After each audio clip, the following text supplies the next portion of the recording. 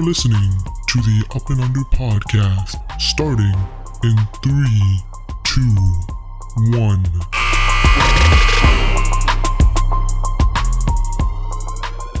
Yo, what's up, guys? Welcome to the Up and Under podcast. I'm your host, Hani. Joining with me, as always, is Zeeshan. Yo. Alright, man. First of all, welcome to 2021. We just wanted to say Happy New Year. This is our first episode of the new year, and thank God 2020 is over. Hey, listen. Let's not say anything about 2021 because Yeah, we're not jinxing shit right now. let's not say anything about 2021. But we're in a new year. We're in a new NBA season. And if you've been, kind of paying attention to our last couple of episodes, we've been kind of previewing, this ongoing regular season now. And this regular season is unprecedented in the sense that, with the pandemic, no fans, a team is literally playing away from home. Shortest offseason ever. So there's a lot of, moving parts to this regular season. But we were doing our best to predict it and giving you guys our normal predictions. But keeping up with our predictions and our traditions, we're going to be breaking down our predictions for the 2020-2021 NBA awards. Now, again, just like you saw in our predictions for the Eastern and Western Conference, this is heavily speculative in the sense that we do this on purpose very early in the season because we want to go off of what we know and what we believe is going to happen as basketball fans. That being said, these are predictions. Again, similar, as Hani was saying to our Eastern and Western Conference predictions, we fully expect this to be mostly completely wrong, right? But that's why we do it, because it's a fun thing for us to do, and it serves as a reminder to see how far or how different things can go rather than what people actually predict it to be. Yeah, so keeping that in mind, we're going to be basically giving you guys, predicting at least a few candidates for each award, and we're going to be saying who is going to be our most likely candidate out of the few that we tell you guys about. So without any further ado, let's jump right into our first award, and we're going to start from the bottom and work our way up. The first award we're going to talk about is the Coach of the Year award. Now, this award is usually awarded to the best coach in the NBA, the coach that really has done a fantastic job in getting their players ready to play and having them execute the game plan each and every single night.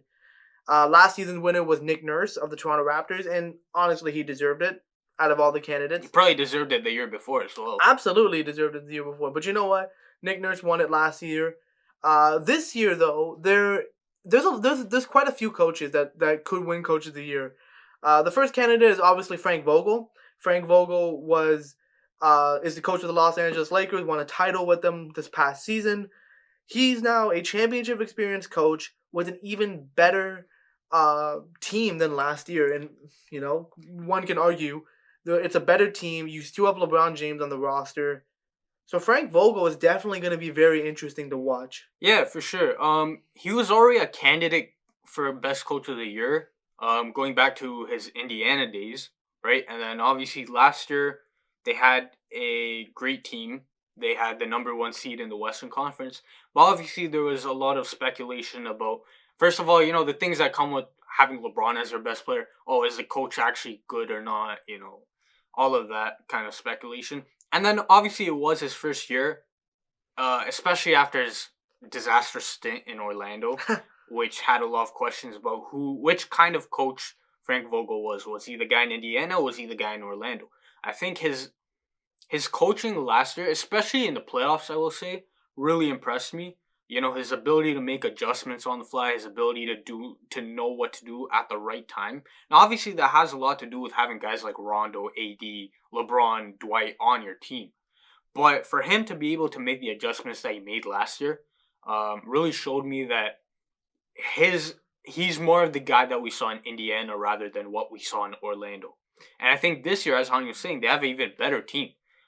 Especially if you've watched the first couple of games, guys like Montrezl Harrell and Dennis Schroeder will allow Anthony Davis and LeBron James to not even put as much effort. And when you have 4 guys that can arguably get you like 20 plus points, you're gonna win a majority of the time. Yeah, and just from the winning standpoint alone, I think it puts Frank Vogel in the Coach of the Year conversation because, again, to even be qualified for this award, you gotta, at least in our opinion, you gotta win a certain amount of games. You gotta be like a top 3 seed. Yeah, top 3, maybe a top 5 if you got a good story or you have like a young team, probably like OKC last year. Exactly. That's where the only exceptions come in. But I think another thing you touched upon about the last season's Lakers was just about how focused they were in the bubble, and a lot of that has to do with coaching. Being able to keep them mentally prepared, especially in that type of environment. Not to mention that he does have the same staff coming back as well. And if you look at his coaching staff as well, there's a lot of big names. Jason Kidd, Lionel Hollins. Actually, Lionel Hollins wasn't even in the bubble. So that just shows you how focused they were without one of their top assistants. Then you have Phil Handy, who we know as Raptors fans, right? The goat of jumping on the right bench, man. Yeah, exactly, for sure. So when you have a coaching staff like that also makes Frank Vogel's job easier as a coach.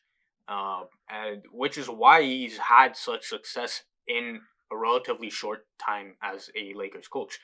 The next candidate that we have is someone who's been in this discussion himself for a number of years already, Brad Stevens. The main thing about Brad Stevens is that he has developed a great program in Boston. Boston has been a top team in the East as well as in the NBA for the last, however many number of years. And the one thing that he has going for him is that he's actually never won the Coach of the Year award before. Which is surprising considering a lot of people, consider him to be the best coach in the NBA. But Nick Nurse won that. Yeah. And a title. Exactly. So the thing that he has going for him this season is that he's never won it before.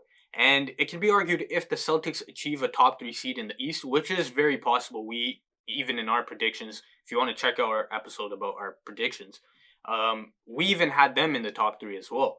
So if he's able to guide the Celtics team to a top 3 seed, there's no reason why he can't win it, considering the fact that he's never won it before. And you know how these awards go, right? It's, if you haven't won it for a number of years, or, sometimes awards go to the person that voters feel like finally should get it. Deserves it, yeah. Yeah, I mean, the thing with Brad Stevens is that you can just see, like, from the moment he took over in Boston, that he was that type of, like, Greg Popovich type of, insane, mad genius type of mind.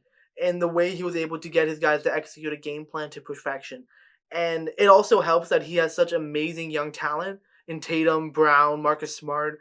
Kemba hasn't even played yet. Yeah, and Kemba hasn't even played yet.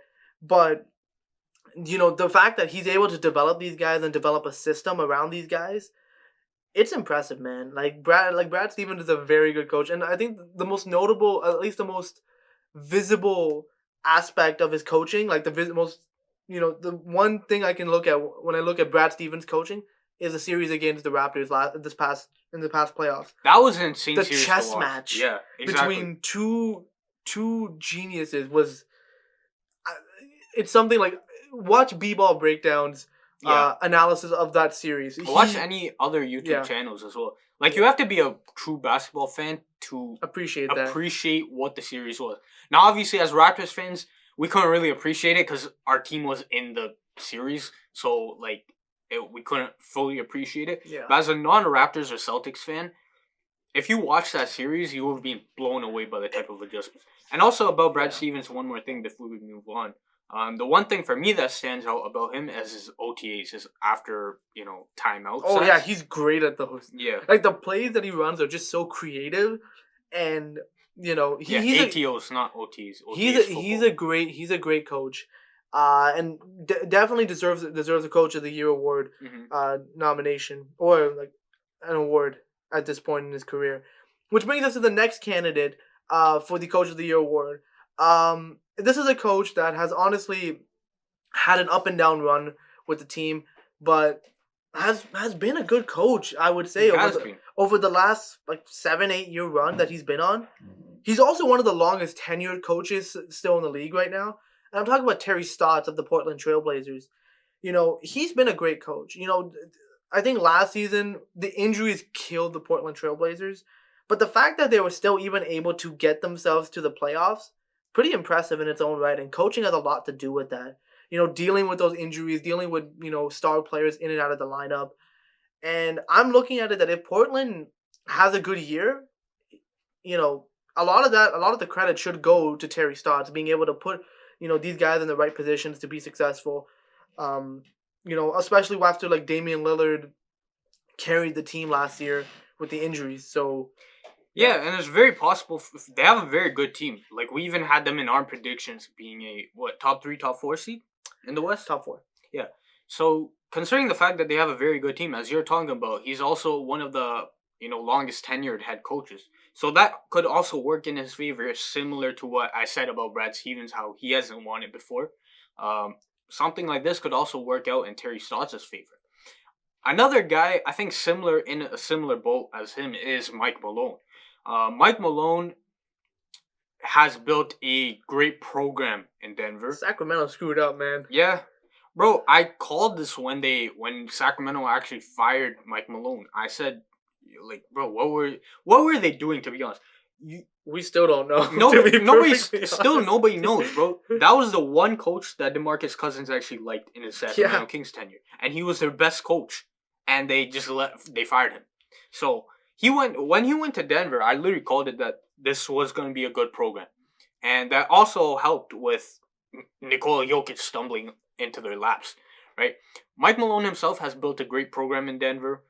He's been he's guided Denver to a top seed for the last 2 years, and especially I think after last year's NBA playoffs, the story that they had, the success that they had, especially booting out the Clippers, the comebacks, mm-hmm. The down 3-1 comebacks that they exactly miraculously had two times in a row to be able to come back 3-1, especially against the Clippers, right? If Denver's able to get a top 3 seed in this year's Western Conference, which is again very possible considering the amount of talent that they have, I think Mike Malone could also be one of the candidates that could win this award. And I think, like you just touched upon it, the talent gap between the top teams in the Western Conference, the Denver Nuggets, is actually pretty wide when you think about it. Like you have LeBron and AD, Kawhi and Paul George. And then you have Jokic and Jamal Murray. Now, Jokic and Jamal Murray are great in their own right, but you can't say they're at the same level as LeBron and AD or Kawhi Leonard. Like, we're still the jury's still out on way off here, by the way. That 50-point loss did not help you either. But you kind of see, like, the fact is that Malone is running his team with these two young players, developing them, and they're still winning. Well, and other young players as well. Will Barton, Michael Porter Jr., Gary Harris. If you watch them play as well, the system that they run is so perfect for the personnel that they have. Yeah. Nikola Jokic pretty much quarterbacking the offense. All the off-ball stuff that they have going on, all the off-ball screens. They have a very beautiful offense to watch. And I know that doesn't necessarily factor in for a lot of the voters, because at this point, a lot of the voters are very, name brand, I guess. But I think that should factor in for regular people that study the game of basketball. Mike Malone is definitely a great coach. But if you were to ask us right now, who would we pick as the coach of the year for this season, we feel we're leaning right now towards Brad Stevens. Just because he hasn't won it before, and the Boston Celtics are in a great position to be a top 2, top 3 seed in the Eastern Conference. So, especially the story that they have going on for them with Jason Tatum and Jaylen Brown. Yeah, like 2 young guys who are up and comers. Especially Jason Tatum, who showed last year, flashes of what he could become and how great he can be. If they're able to achieve some of that this season, Brad Stevens, he's probably a top 3 coach in the league, right? And he hasn't won it yet. So I think that's a prime candidate as to why we're thinking he'll probably win it this season. Yeah. And that moves us on to the Sixth Man of the Year award.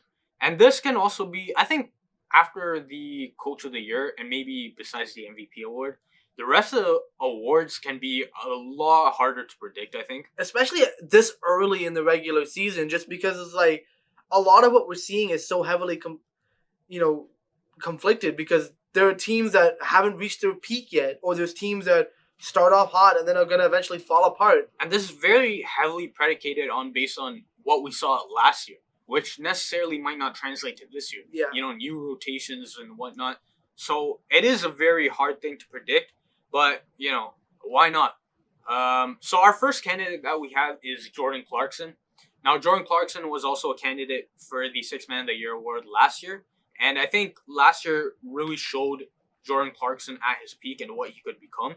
And he had a very good breakout campaign. You know, we saw flashes of this in his time in LA and then his time in Cleveland, where we saw a couple of games here and there where we were like, yo, why doesn't he do this more often? But the thing that really helped him last year in Utah was the fact that he finally acquired a consistent 3-point shot, and he had gotten really good at it. So with that 3-point shot spacing his offense, not to mention he was already a good mid-range and slasher from before, now he seemed to be more of a complete offensive package, and that really helped him solidify his campaign to be a Sixth Man of the Year award candidate last year. Well, it was that, like, his development really helped it, but I think it's also the fact that there was just a need for his services in Utah. Like, Quinn Snyder desperately needed somebody to come off the bench and give his team some offense, and Jordan Clarkson, as soon as he was acquired, like, we just saw it was a seamless fit with the Jazz. Like, he found a role. Quinn Snyder put the ball in his hands, and to Jordan Clarkson's credit, he delivered, and he upped his game to the point now where he's a reliable option for them off the bench. So Jordan Clarkson is definitely a good candidate for the Sixth Man of the Year award. Which brings us to our next candidate. We got Montrezl Harrell. Obviously, he was last year's winner of the Sixth Man of the Year award. A lot of where we think Montrezl is going to go is predicated on what we saw last year, where he just was this dominant presence off the bench. And we're seeing similar flashes of this with the Lakers this season. Like Zeeshan said earlier about Frank Vogel. Frank Vogel has a team where he has like potentially 5 guys that can drop 20 points a night, any given night. And Montrezl is one of those guys. Like, we saw this. Was it in the first game? He's dropped. Game? I think he's already dropped 20 like a couple of games. Yeah. He's had a couple of games where over like 12, 14 for sure. And him and Dennis Schroeder have already worked out a great pairing. Those two guys have some good chemistry already. But I think another thing to note on Montrezl Harrell, his jump shot has significantly gotten better. Yeah, like we saw flashes of this last year actually, but it seems to be more of a recurring theme this year. One other point about Montrezl Harrell too that could definitely work in his favor. Marc Gasol is going to be starting over him, right? Obviously, Marc Gasol is not going to play enough more minutes than Montrezl Harrell. Montrezl Harrell is going to play more minutes than Marc Gasol. So I think that could definitely help Montrezl Harrell as well. And then not to mention the fact that you were talking about Dennis Schroeder, him getting assists from Dennis Schroeder, him getting passes from LeBron, and then him being able to act on the gravity of a guy like Anthony Davis, who's also going to be in the post, right? We've seen these connections already where Anthony Davis is in the mid post and he gets double teamed. He's able to dump it down to Montrezl Harrell, and Montrezl Harrell is one of the strongest finishers in the league, right? So you get it to him near the basket, Montrezl Harrell is going to finish them. So I think that's one of the things that also works in his favor. The personnel who is alongside with him on the team, and the number of touches he's going to be able to get. Yeah. He's definitely somebody who is in heavy consideration for this award.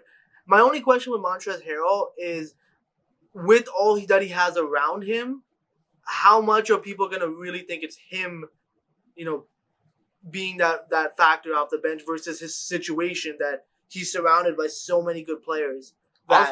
Also, to add in too, he did win it last year. Yeah. And historically speaking, a lot of the times awards, people don't really want to give back-to-back awards. Unless you're Lou Will or Jamal Crawford, then for this Sixth-Man award, then it just works. Yeah. Well, I mean, here's the thing, right? There's nobody else during those years that could get it. Yeah. But now this year we have guys like Montrezl and Jordan Clarkson. And then that brings us to our final candidate. I think our first 2 candidates were probably like who we have as a more realistic. Candidate. Yeah, more realistic. Our third candidate, just to throw him in there, is Bogdan Bogdanović.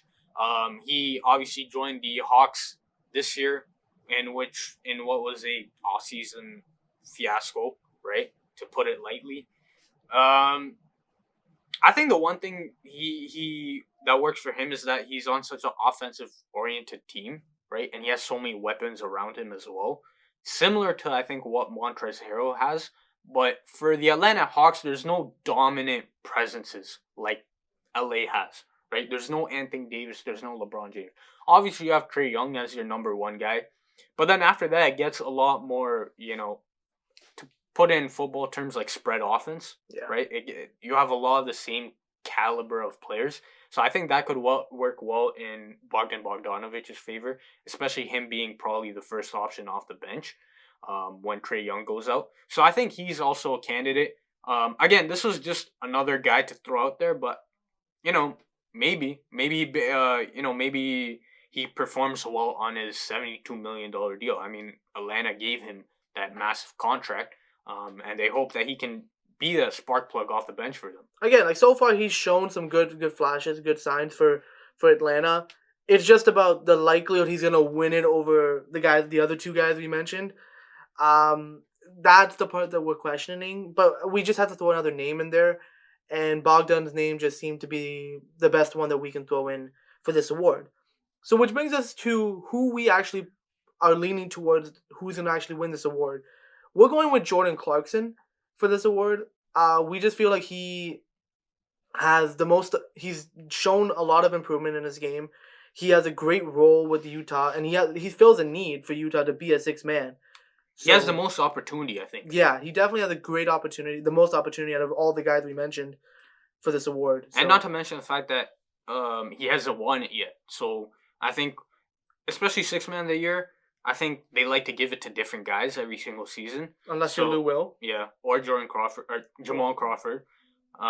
So the fact that he hasn't won it yet, and he was a candidate last year, I think could really help him out. Yeah. Which brings us to the Rookie of the Year award. Now, quite honestly, this is the award that Zeeshan and I care the least about. Especially in this year's draft class. Especially in this year's draft class. Like, I'm not going to lie. This year's draft class is kind of underwhelming, in my opinion. I know you have some. I think everyone's opinion. I mean, like, you have some big names, and some players are playing well, in my opinion. But in terms of the award, this award is usually a popularity contest, or whoever can put up the most amount of points per game. Which in this case, the first candidate we have is LaMelo Ball. LaMelo Ball is probably the most hyped up prospect out of this draft class, and so far his rookie campaign's been up and down. He's shown some great flashes of being a lot better than Lonzo and LiAngelo. And he's shown flashes as a playmaker. His shots actually going in, which is better than what Lonzo had. His shot, I think his shot's been better than what I expected, if I'm being honest. It still doesn't look great, and I still think it needs to be developed. Hey, Sean Marion's shot didn't look great winning. I mean, Sean Marion's a beast, though. Kevin Martin. Oh, Kevin Martin, too. But the thing about LaMelo Ball is that he's very up and down. He's very hot and cold. When he's feeling it, he's a great player. But when he's not, like those fancy passes, when they get picked off by the defense, doesn't always sit well with me. The problem with this award is that it's based on rookies, right? So there's going to be a lot of up and down, a lot of mistakes that happen. And at times for every single rookie, they have ugly points in their season, right? So it gets very hard to determine who's a Rookie of the Year and who's not. Unless, like, for example, last year's Rookie of the Year thing with Ja Morant, and then obviously Zion Williamson, and the minutes they played was amazing as well. Right, so sometimes you have classes like that where there's a clear-cut guy. Well, yeah, last season Rookie of the Year award was actually quite exciting for us. Yeah, because like look at how the candidates even performed. Like Ja Morant's a superstar, man.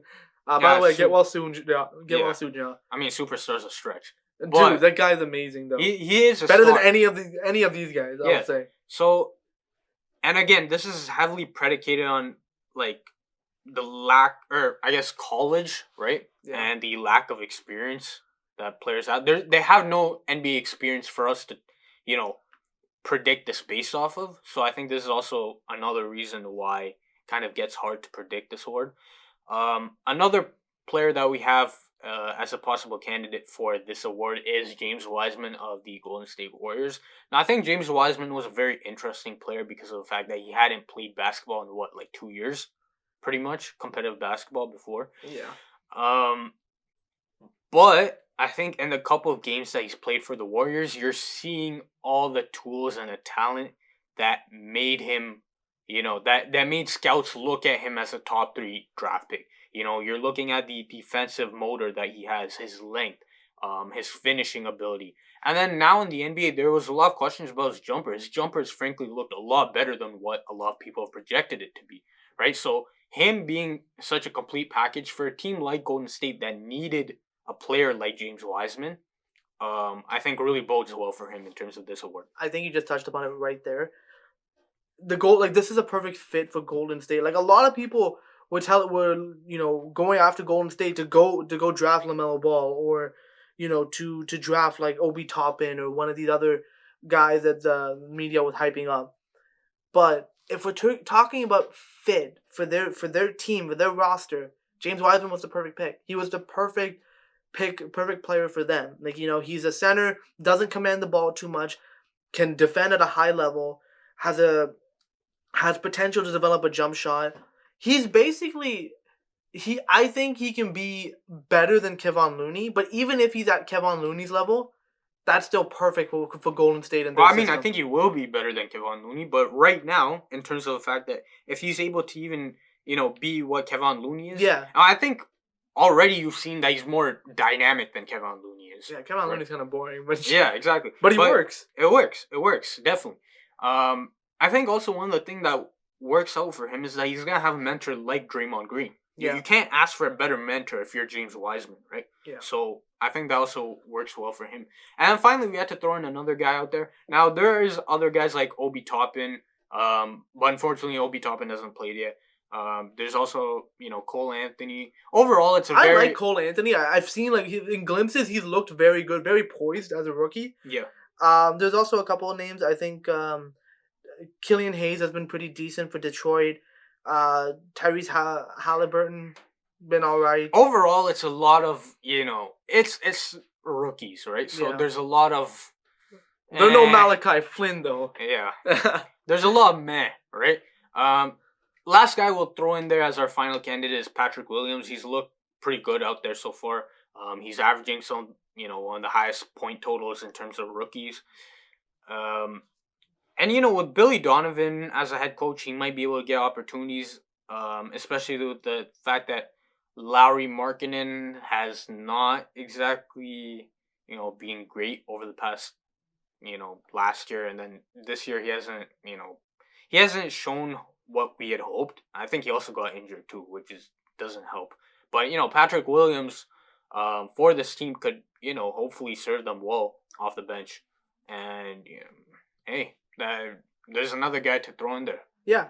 I mean, Patrick Williams has definitely been a solid player, especially considering we didn't really know much about him when the Bulls drafted him. But speaking of the player that we feel who's going to actually win this award, to be honest with you, we're going to go with James Wiseman as our pick. We just think he's in the right system. He's in a role that works so well for him, and he's with a great developmental staff. We just think he's gonna have a great year. He's already shown some flashes of having some big games. So it comes down to opportunity, right? A guy like LaMelo Ball, who's coming off the bench, backing up Terry Rozier and Devontae Graham, he's not gonna have nowhere near the opportunity that James Wiseman is. Yeah. Right. So that's probably one of the main reasons why we're going with James Wiseman. Yeah. And then that moves us on to our most improved player predictions. Yeah, you've been waiting for this one. Yeah, bro. Again, this is probably, I think, this is the hardest award to predict. It is the hardest award because it's the problem with the most improved player award is that we don't really know who's gonna take that leap, or how significant of a leap is it gonna be. Because again, you can take one or two steps up in your game, but if the other candidates take 5, then you're not gonna be a candidate. So it's hard to kind of predict who's gonna take a bigger leap than somebody else. Yeah, again, it's based on, there's no absolute way to know how good a player is going to be from year to year. When we're talking about most improved award, the guy that comes off the top of my head where he came out of nowhere and established himself as a great player in the league was CJ McCollum. Yeah. Right? He was doing nothing, and then randomly one year he got the most improved player award, and then since then he's been one of the best scorers in the league. Right? So stuff like that happens for the MIP award, and that's why it's the hardest award to predict. So our first candidate is my guy Christian Wood, who I called he would be great after what I saw from him last season in Detroit. Detroit definitely messed up. I know every Pistons fan that I've seen has been crying over Christian Wood, rightfully so, because Detroit's front office has no idea what they're doing. We already ripped them apart in our Detroit Pistons offseason episode. But yeah, my guy Christian Wood, he signed a 3-year, $41 million contract with the Houston Rockets. I thought this is a great opportunity as well with him. If James Harden stays, he's going to have a facilitator from James Harden, a great pick and roll passer. And if James Harden doesn't, he still has a guy like John Wall to help him out. Overall, Christian Wood, I think his play style is very Anthony Davis-esque. Now, I'm not saying he's Anthony Davis, obviously, but his play style is very similar to Anthony Davis in the fact that they can do everything on the court. They have a great mid-range game. They're very mobile for big men. I think he has all the tools to be great. Maybe even be a possible all-star candidate down the road. Yeah, I'm very high on Christian Wood, bro. He's definitely one of my favorite players already. If y'all been listening for a while, you know Christian Wood's Zeeshan's guy. Bro, he's my guy. Yeah, he's Zeeshan's guy. But you know what? Rightfully so. He's played very well. I wasn't too high on him when he was with Detroit because I'm like, you're with the Pistons. There isn't really a ton I can see. But at least seeing him in Houston playing with James Harden, the guy's a beast, man. Like he's a beast. Bro. Honestly, for the price that Houston was able to sign him for, that's a steal of a price to get a player of that caliber. He's playing well, man, and he's taking that next level. He's building off what he did last year with Detroit, and he's taking it to a next level, man. And like you said, even if James Harden does in fact get traded, you still got a guy like John Wall who's going to get you the ball, who loves to run the pick and roll.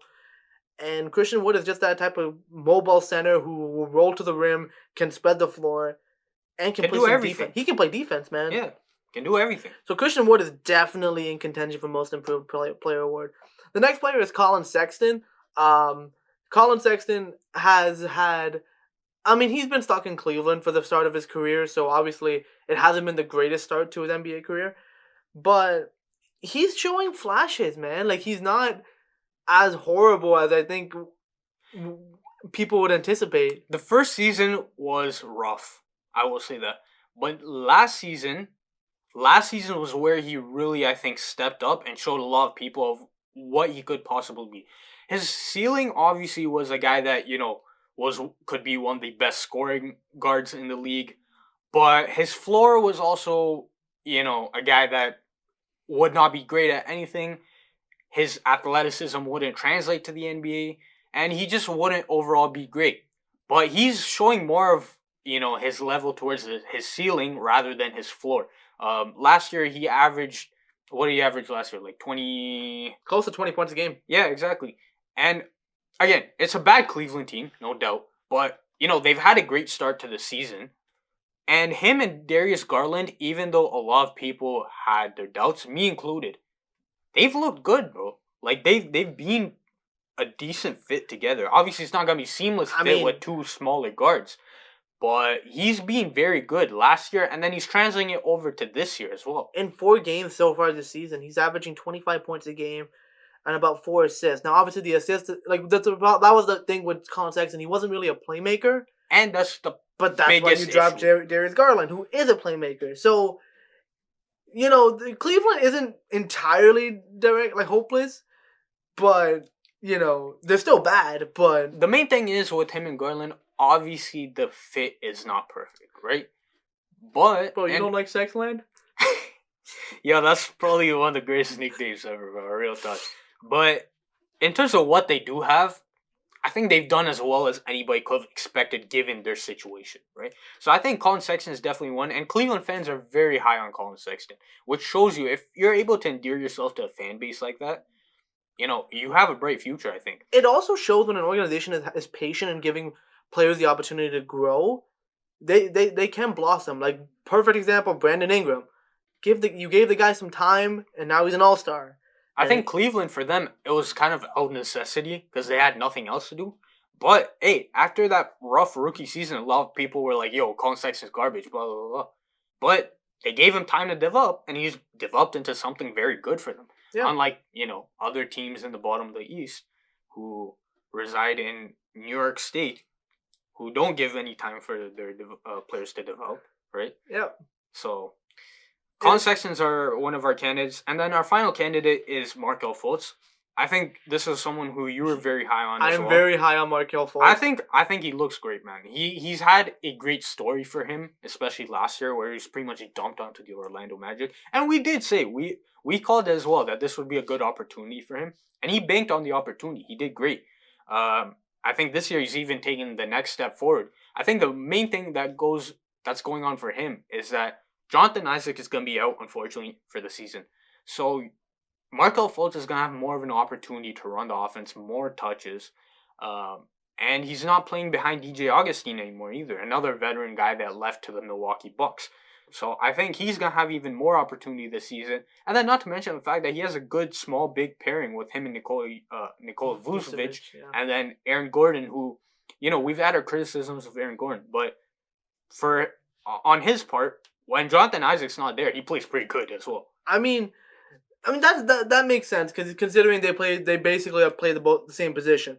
But moving it back to Markel Fultz, I have been just waiting for this guy to finally come back to the level that I hoped he'd be at. Like, I loved him coming out of college, and that's why I wasn't concerned when he was a number 1 overall pick in his draft year.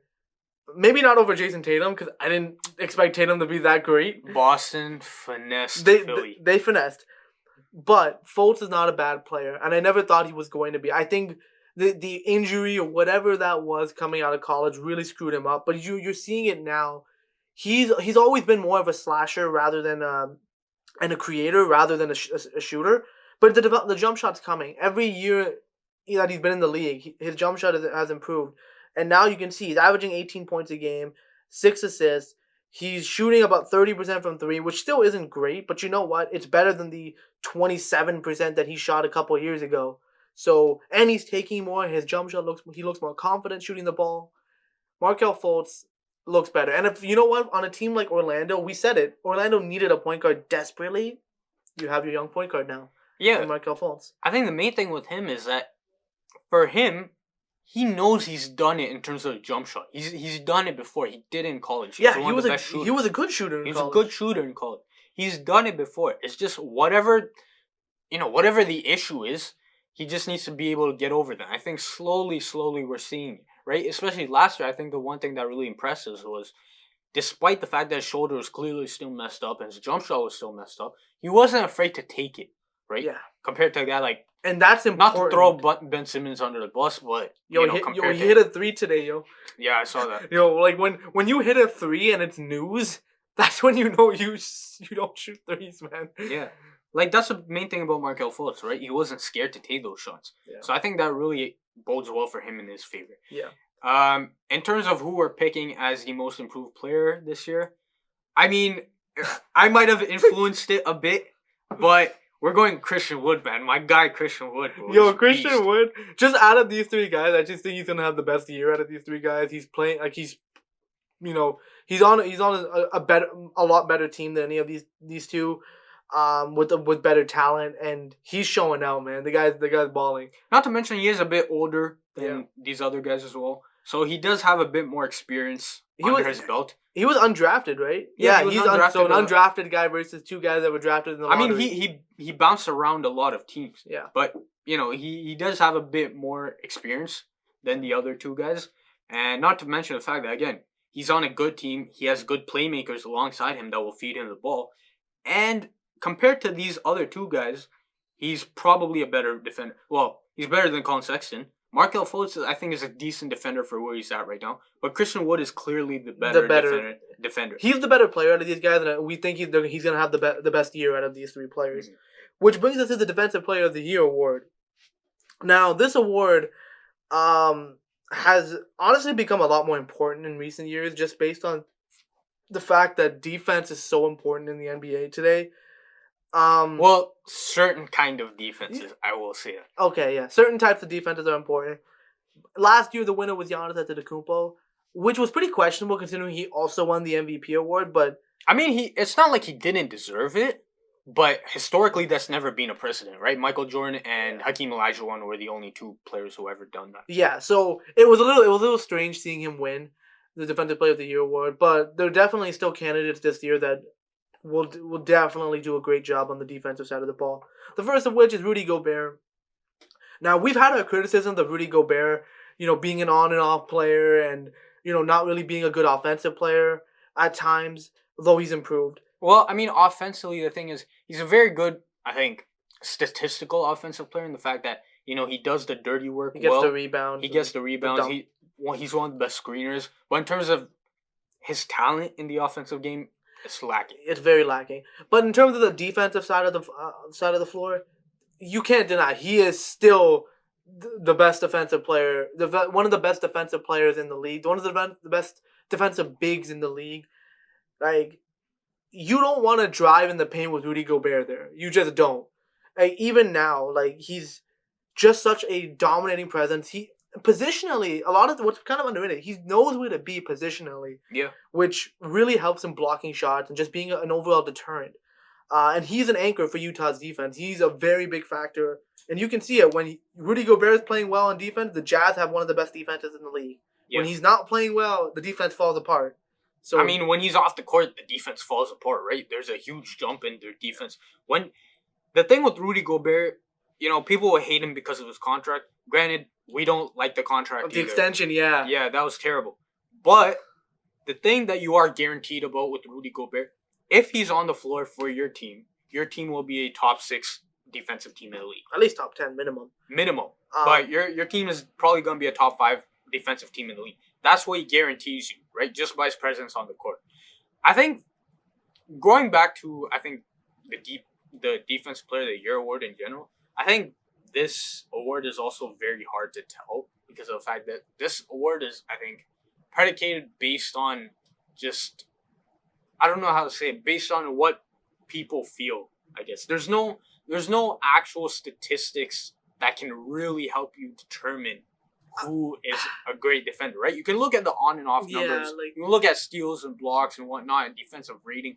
But those numbers do not tell the tale at all, right? You're looking at a guy like Steph Curry and Allen Iverson, 2 of the league leaders in steals. Do we say that they're great defenders? No, right? So I think the Defensive Player of the Year award is one of those awards that's very heavily predicated based on name, which is why a guy like Rudy Gobert has won it multiple times. Kawhi Leonard won it multiple times when, for me personally, I didn't feel like he should have won it multiple times. Name and the eye test. The eye test, I think, is very key, which a lot of casuals never really understand how the eye test actually works. Yeah. There's a difference when you're watching a game and seeing the defensive impact a player makes. For instance, and not to be a homer, but OG Anunoby on the Raptors is one of the best 3-and-D players in the NBA. Why? 3 is right now. It's a little questionable, but the defensive players, he's one of the best ones in the league. Just based on the fact that you can just see him positionally where he's at. He knows where he's playing. He plays the angles. He keeps his body strong. He's not making the little mistakes. He's not doing stupid fouls. So a lot of that comes from the eye test, which is where these candidates come into play. Rudy Gobert in particular. To your point about the eye test quickly before I let you go, a guy like Marc Gasol is a perfect guy for the eye test, right? Yeah, good example. A guy that, if you don't know basketball, you're going to think Marc Gasol is probably the worst player in the NBA. But if you do know basketball, you can see how big of an impact he actually has by doing the little things. His second-tier passes, his... Simple thing, not jumping on a closeout. Knowing where to stand. Angling your body so that you're not putting yourself in a position to foul, but still trapping a player on the baseline. Exactly. That's little things, the definition of eye test, right? I'll let you go. Yeah, little things like that. But that's really why we put Rudy Gobert as a candidate for the Defensive Player of the Year award. The second candidate is going to be Anthony Davis. Anthony Davis was a defensive monster last year. And we expect the same this year. Honestly speaking, in our opinion, he should have won the Defensive Player of the Year award last season. Well, we had him as our guy. Yeah, we had him as our winner. But, Giannis ended up winning the award. But you can't deny Anthony Davis is one of the best defensive bigs. Like, he can guard basically 1 through 5, if not 2 through 5 positions on the court, which for a big man, that's exactly what you want. And in the league where switching is so important.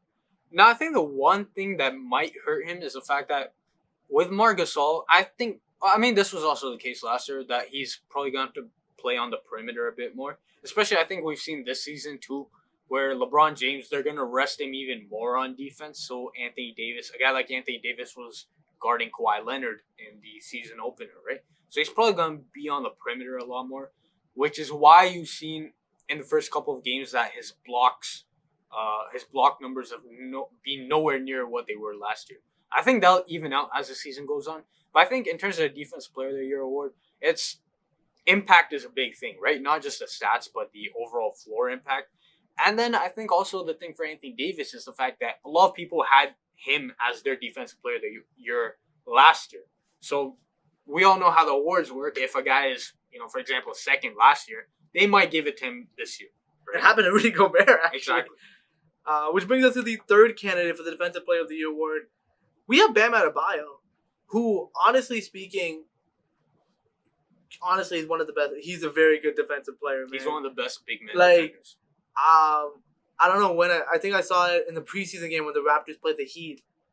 Bam just swallows up the paint, man. He made it impossible. Like, there was a moment where Bam made a chase down block and he blocked a shot. I don't know who was taking it with a layup. Maybe it was Fred VanVleet. Fred VanVleet threw a high layup off the glass. Bam came out of nowhere. Give me that shit. Slap that shit right out the air. Like, the amount of athleticism you need to pull something off like that is incredible. And the amount of hustle. Not to mention the fact that in addition to his paint presence, he is one of the best mobile big men as well. Yeah, right. He can switch onto the perimeter if you need him to. So he has turned himself into one of the best defenders in the league on a year-to-year basis, and we see that I think even more in the playoffs how vital he is to the Miami Heat success. But in terms of who our candidate is going to be, I think we're going to give it to Anthony Davis this year. I think he got screwed last year. Yeah, I think the big reason why that we're going to give it to him this year is because of the fact that he was the runner-up last year. The LA thing also helps where he's playing in Hollywood, right? He's going to be alongside the biggest name in the NBA, which is LeBron. I think the one thing that might hurt him is that he might play less minutes this year, obviously. But, with all the stuff that he has going for him, I think that has to be our candidate. Yeah, absolutely. I mean, Anthony Davis is a fantastic player. Which brings us finally to the most important award in basketball, the most valuable player award. This is an award that has honestly been...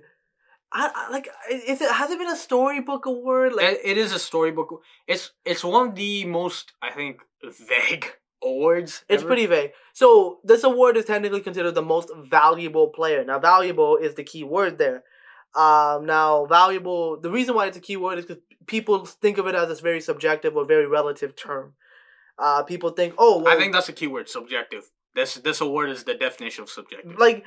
It's like you can say, okay, well, LeBron is the most valuable player on his team because if you take him out of his team, look what happened. You become Cleveland.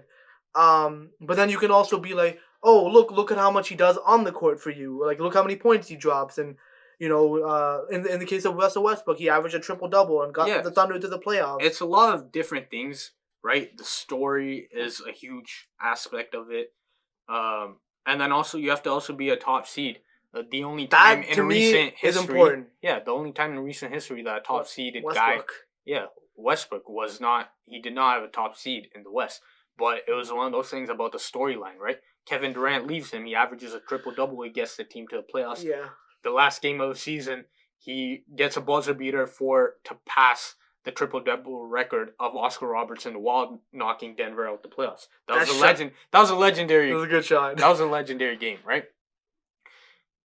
This award is the definition of subjective. So I think in terms of our first candidate, if we want to be real, you could give this guy the award every single year, he deserves this award every single year, and it's LeBron James, right? We're talking about for the past probably 10 years. Well, he is the most valuable player in the league. Like, in terms of, not even just on the court, on what he does for your team and what he does for your franchise, it's what he does off the court for the league as well. Like, he makes the league so much money and revenue. He's the public face of the NBA. And there really isn't anybody next in line who can fill those shoes. Like, when LeBron eventually retires, I don't know who can fill those, man. Like, I don't think we're ever gonna see a player like this again, man. Well, I mean, people did say that about Michael Jordan, and then LeBron James came. But I think it'll be a process for sure. It'll be weird without LeBron James in the league. Incredibly weird. Yeah. But in year 18, you can still see LeBron James is just by far the best player in the league. Like, I don't think the Lakers would be as good as they like. The Lakers would not be as good as they are without LeBron. No, definitely like, not. And that's just a testament to how great he is. And then you see him, especially, he coached during the season, and then you see his impact in the playoffs, and when he really turns it up in the playoffs, man. He's crazy, man. Like the shots they stay in the season, you're looking at some of his 3-pointers, and you're like, oh, brick. And when you get to the playoffs, he's making fadeaways, swish, spinning the ball again. As Raptors fans, we've been traumatized by him. We've been incredibly traumatized by this guy.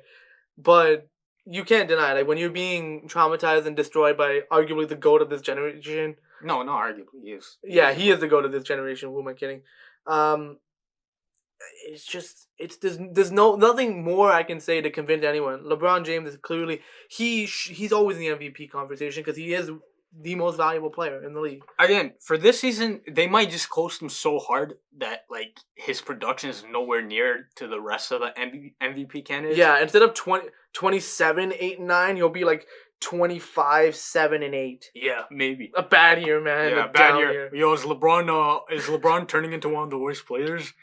Again, that might be the case, but his name alone and his brand recognition, I think is just there. Is going to get him to that spot. Yeah, right? Absolutely. So LeBron is the first candidate for the MVP award in our opinion. The second candidate, obviously he's my guy. I've been on his hype train since day one. Luka Doncic. Now, although he hasn't had the greatest start to the regular season, honestly speaking, I think he's going to turn it around, and I think he's after what he did in last season's playoffs and last season for the Mavs, man. I think this guy's going to take a next step. He's just so great, man. He's arguably, I've said this before, the trajectory that he's going on, he can end up as arguably the greatest player of all time. He's just the trajectory. Great. Yeah, just the trajectories that he's going on. He's already a triple-double machine. He already leads his team to the playoffs. He's already one of the best players in the NBA. And the impact that he has is just insane, right? Another thing on the value point that we said about LeBron, the Mavs wouldn't even be this good without Luka. No. I don't think Mark Cuban even knew how good Luka was gonna be when he drafted him. I really don't think he thought this guy was gonna be this good. I don't think anybody could predict how he would be this good. I know a lot of people, like you included, thought he was gonna be really good, but I don't think you could predict it that he would be this good. I didn't. Not this good. This is what he's able to do right now in just his third season is absolutely insane. Yeah. Like the main thing about him is will his team be high enough, as a top that's the question. 4 seed to be able to qualify him. But maybe his story will also help him being in his third season in the NBA, being this fantastic could catapult him to maybe an MVP, at least in the MVP conversation. Possibly. But yeah, I admit, like, the seeding is going to be very key for Luka this year. And then finally, we have our third candidate for the MVP award. We're going to keep putting him in. Nikola Jokic. Listen, he's been one of the candidates for the last number of years, especially after last year, what he did in the playoffs, right? And what people I think were underrating him, and some people just weren't looking him. After last season's playoffs, he's on everyone's radar. Everyone knows who he is, and everyone knows what kind of player he is. I think, arguably, you can say he's probably one of the most complete bigs in the league, in the sense that he can score, he can pass, he can decently defend. I'm not going to say he's the best defender. I mean, even decently is a stretch. He's gotten better. He's gotten better, for sure. The main thing about Nikola Jokic you can say for him already in his short NBA career is that he's arguably the greatest big man passer of all time. Dude, the passes he makes are insane, man. Like, court vision he'll get the rebound, go bang. Like literally like a quarterback throw, like when you throwing that Hail Mary, it's easy. Like he'll just throw You can just point to the game he had last time. Who was it against Houston, right? Where he had a crazy triple double. Yeah, he had like 18 assists Houston, or something. Something, bro. His court vision is absolutely insane. And that's the crazy thing, right? He passes the ball so much that he only averages like 18, 20 points a game. But when you see him in the playoffs and when they need him to score the ball and other guys are obviously not making their shots, this guy's able to score 30, 35 points when he needs to. And that just shows how great of a player he is, that he can be such a great facilitator. And then when you need him to, similar to, I think, LeBron as well, when you need them to, they can score with the best of them. Yeah. And he is one of the best players in the league, hands down. He's the best center in the league, at least for me. I would say he's definitely the best center in the league. It's like his style is so unorthodox too, and it's just you just laugh when his crazy hook shot just goes in. His one-legged shots, fadeaways, but they work, man. And he'll beat you with like a dump off pass and like a crazy pass. Like Jokic is a very good player. And the thing about Denver is too, they could possibly be a top 3 seed in the league this year for in the Western Conference. So that could really help them as well. They've been a top seed for the last 2 years already. So if they're able to achieve that top 3 seed in this year's Western Conference, hey, he could win it. Yeah. Now, how likely will he win it? Not really sure. But if we're gonna move on to our who we think is going to actually win the MVP, who we'll be leaning towards as of right now, we're going with Luka Doncic just because of the fact that, man, this guy hasn't nearly hit his ceiling yet, man. We're expecting him to go from where he is now to go to about here. Like that's where we think he can go. Now, whether or not he does it, now that's yet to be seen. The main thing, I think, the thing about Luka Doncic, is the fact that obviously we're probably going to eliminate LeBron from this conversation just because of the fact that he's won it multiple times. I don't think he's going to care. There's voter fatigue. Yeah, voter fatigue. I don't think he's going to care enough about it. In terms of Luka Doncic versus Nikola Jokic for us, the main thing is that Luka Doncic is a guard. Yeah. Right? Historically, big men are underappreciated. Well, this is a guards not historically. League now. Historically. This is a guards league now. Right now, big men are underappreciated. Thanks to Steph Curry, it's a guards league now. Who was the last big man to win it? Dirk? I think. When did Tim Duncan won? Tim Duncan won before Dirk, I think, though. Who is the last one? Kevin Garnett? KG won in... No, he won it before. Yeah, he won in 2004 or whatever it was. Oh, man. I think it might have been Dirk. It might have been Dirk, honestly.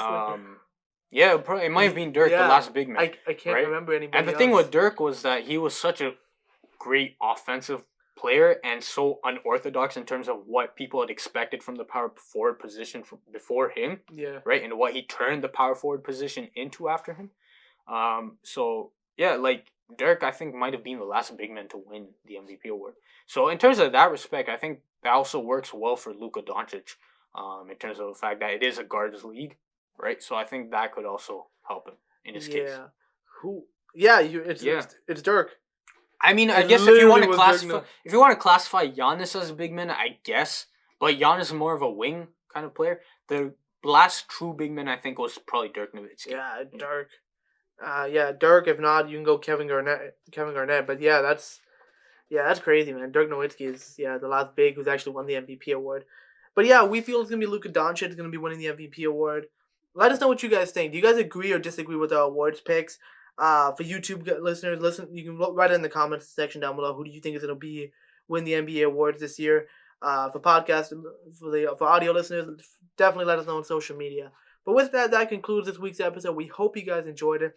Definitely subscribe to the show on all the various podcasting platforms. You can find us on Apple Podcasts, Google Podcasts, Spotify, Stitcher Radio. Basically, wherever you can find a podcast, you can find us. We're the Up and Under Podcast. Also, follow us on social media, Twitter and Instagram at @N_Podcast. Facebook.com/UpAndUnderPodcast for all the latest updates whenever we post a new episode or reaction news as they occur. So definitely check that out if you haven't done so. Also, check out our website, UpAndUnderPodcast.com. It's our central hub for the show. It's a place where we write blog posts with every single episode. So if you don't have time to listen to the full thing, you can read about it as well. So definitely check that out if you haven't done so already. And yeah, man, ball's back. That's it, man. We in it. 2020's done. Welcome to 2021. And we'll see you guys all in the next one. Take it easy. Easy.